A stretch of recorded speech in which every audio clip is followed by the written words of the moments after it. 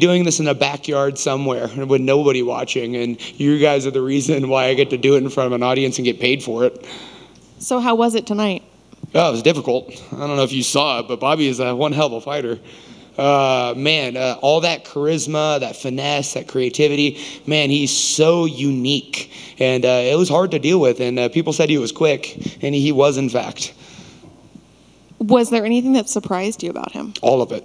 Yeah, how fast he was, how fluid he was. Man, he was really hard to hit. Like, he was able to shoulder roll, and man, that talking it definitely kind of bothers you a bit. You're like, I can't run my mouth as well as he can, but man, it was truly something special, and everything that I looked forward to.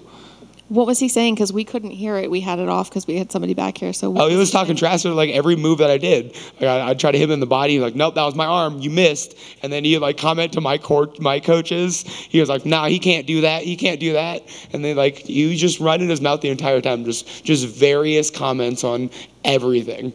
And I noticed afterwards you guys were laughing and hugging. So there's no bad blood or anything between you guys after this? No. We've been super nice to each other every time we ran into each other. And man, we've been talking about this fight for a little while now. And our schedules just didn't seem to add up. But we knew we were going to fight each other eventually. And I've been a fan of his way back when.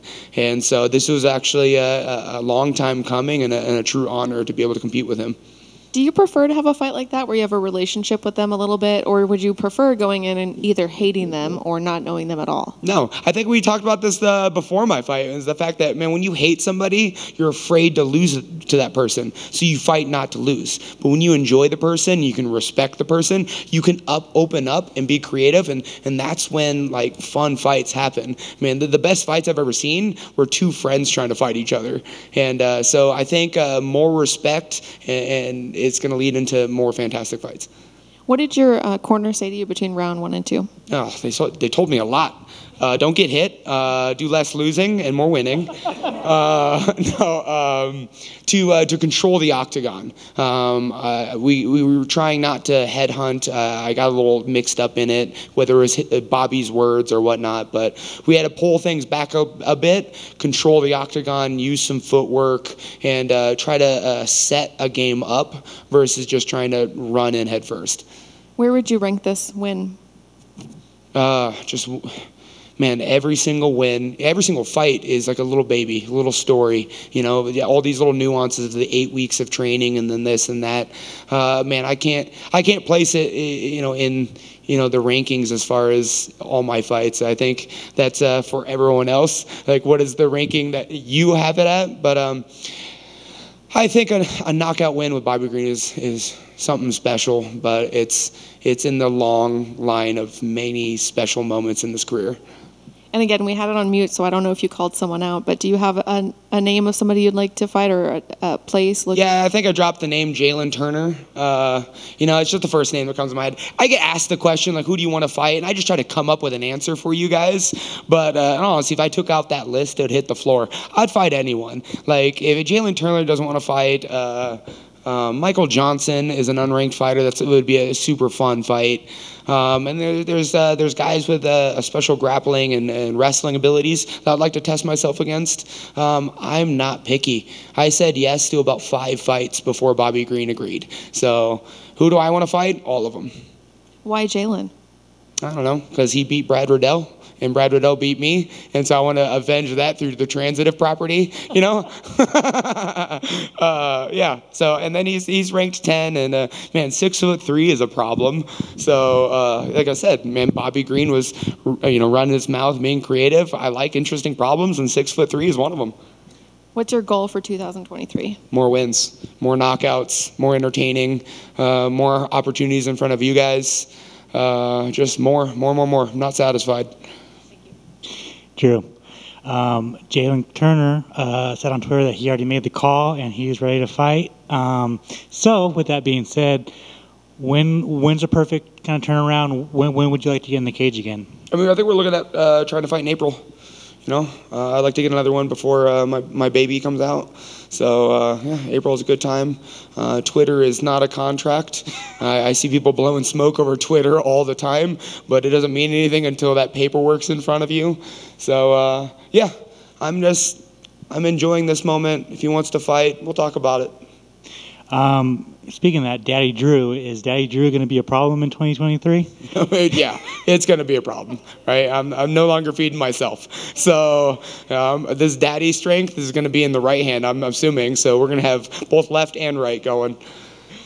So you and Bobby, you called him out all year. Did it live up to the hype?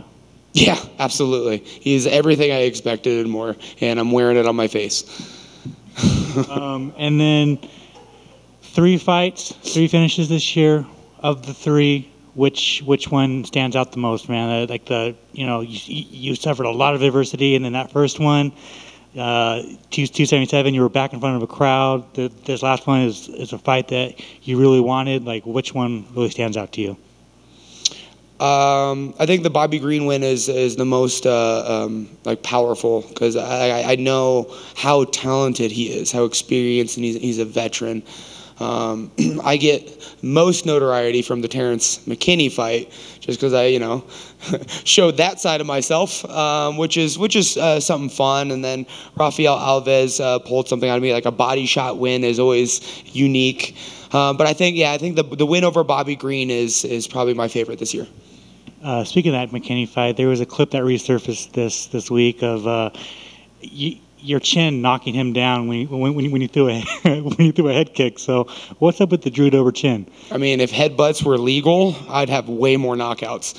No, I don't know. It was a godsend gift. Could be Neanderthal genetics. I don't know, but that's what I was blessed with, and I'm just very happy that I found this sport, because I couldn't show it off in baseball.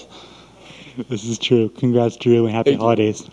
Yeah, Drew, you mentioned about the chin. Do you feel like you're getting that reputation as someone that, hey, you're not going to be able to knock him out? I'm the real life Rocky Balboa story. Like, we all know what I'm coming in with. But man, I don't like showing it off, but it just, in the UFC lightweight division, you can't help. It's the murderer's row. There's no easy fights. And Bobby, you said he was talking out there a lot. Did you get any talk? Did you talk some smack back to him? I tried to. It just didn't come out well as he did. He's so much better at it than I am. So I just decided to put that away. It was like, all right, I can't keep up with that spot. And what was the mindset like after round 1 to round 2? Did you think that, hey, I'm in trouble here? Yes, yeah. We lost that the first round. I have to go back and look at it, but, the feeling was we lost that first round. And we lost it because he was dictating that dance. He was controlling the emotions inside the octagon, and then along with the footwork and everything else. So, yeah, we sat on that stool in front of my coaches, and we had to figure out an adjustment that we had to make. And when you landed that punch, did you think that was it immediately? Because when he fell, I thought that maybe you was going to be a little bit more before the stoppage. Yeah, no, I thought so too. Bobby's tough. I was told, I'm told I hit hard. I'm equally surprised as everyone else when I knock somebody out, because I don't have any expectations. The one time I expected to knock someone out was the Brad Riddell fight, and we all know how that happened. So I just dismiss expectations. I'm just trying to land these hands, and if they fall over, I'm just as surprised. Thank you, man. Congrats. Thank you. Hey, Drew, right here. What's up? Congrats on your victory, and congrats on a 3-fight victory that you don't have this year. Moving forward on this little break, are you going to take the time to reflect on your growth and evolution this year, or are you just looking to get right back to it? Yeah, I mean, I have things to improve upon. I still have those losses against Beneil and Islam, and we know where those losses lie. So I'm working with a school of mines in Colorado for college wrestling with Elliot Marshall, black belt in jiu-jitsu. So we're probably going to bring in some new weapons next year. And, man, this knockout record's great, but it's not going to define me as a fighter. So we might be chasing necks. Who knows? When you watch the replay of the fight, I think you'll see Bobby's team sort of yell a little bit when the stoppage happened. Did you feel that he should have been able to take a few more? Are you glad they stopped it because it was just inevitable that he would have just took more damage? Or did you feel that was the stoppage was perfect at the time that it happened? I think it was perfect. I think he could have continued, right? He could have continued and fought back. But it's something that you feel when you're in the octagon that a lot of people don't see, and it's like that damage, right? And that one punch that dropped him, and then he covered up, and it was the same thing with the McKinney fight. Like, when a fight is over, right? And so he could have kept going, and he could have worked his way back up to the feet, but it was only going to get worse, right? And, man, we also have a health to, worry about as well. And it wasn't like he came up to you afterwards and said anything like, that was stopped earlier, I could have took more, or anything along those lines? No, not at all. He was just obviously disappointed over the loss. I mean, we all are. But no, I think we were all understanding of the stoppage. Well, what was funny, and like she mentioned, the sound was off, so I was trying to read your lips. When he came over to you, did you tell him he hits hard as fuck? He's fast. Or fast. Yeah, he's fast. Yeah. It's man, his hands are down, but they can still touch your face, like just quick. And man, you watch film, you hear these stories that like he's hard to hit, he's super quick and all that stuff. And he jabbers, and man, and yeah, it's not until you see it that you can like respect it. And I was like, yeah, his speed is something to be respected. Yeah, and you mentioned that, when you think that most people, they tell you to always keep your guard up, keep your hands up. How long did it take to sort of adjust to that style with him having the shots coming from his hands being down by his waist? I don't know, how long was the fight? That's how long it took to adjust. All the way up to the end, right? Yeah, it took a while. We had to do a lot of adjustments. But yeah, he had some problems. And then at the very end, again, this is maybe me putting more words into what I was seeing. At the very end, when it looked like you sort of had like a mission for a message for the division. I thought I heard you saying something like you were coming for number one. I don't know if you said anything like that, or if I was just putting awesome words when I was watching you say it there. But is the performance that you put out there, is that a message to the division that you are trying to come to number one? Yeah. The comment was the fact that I just tied Dustin Poirier for the most knockouts in the lightweight division, and we're tied at 8, right? And so I'm coming for that number one. I want my 9. And so it's just really exciting to be a part of that record, especially in a division that I think is the most dangerous division in the UFC. And man, it's something I hold dear and I'm very prideful about. And it's just motivation to keep on going. So is that something that you put extra pressure on yourself, or is that something you just hope it works itself out, that you're not going to try to go into the next fight saying, I need to get this record, I need to get that knockout, or is that just sort of happened because of the way that you fight? Yeah, it happened because of the way I'm fighting now. Like I said, my last loss came from the fact that I was hunting for a knockout.